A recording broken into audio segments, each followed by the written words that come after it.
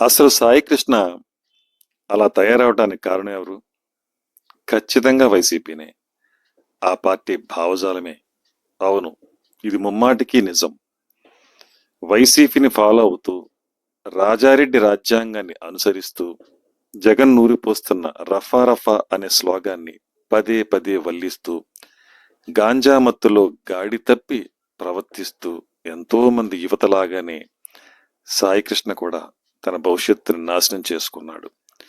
ఇష్టారాజ్యంగా ప్రవర్తిస్తూ, law and ఆర్డర్ని అతిక్రమిస్తూ, ఎందరెందరో మాన ప్రాణాలను తృణంగా చూస్తూ, తుదముట్టిస్తూ, లెక్కలేనన్ని కేసుల్లో ఉండి బయట తిరుగుతున్న ఓ కాలయముడు లాంటి వాడు ఈ సాయికృష్ణ.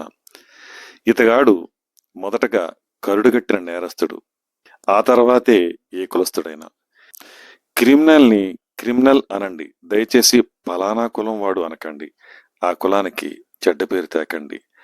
ఓ క్రిమినల్ని వెనకేసుకొచ్చే ఏ కులానికైనా, కుల సంఘానికైనా ఇదే నా విజ్ఞప్తి.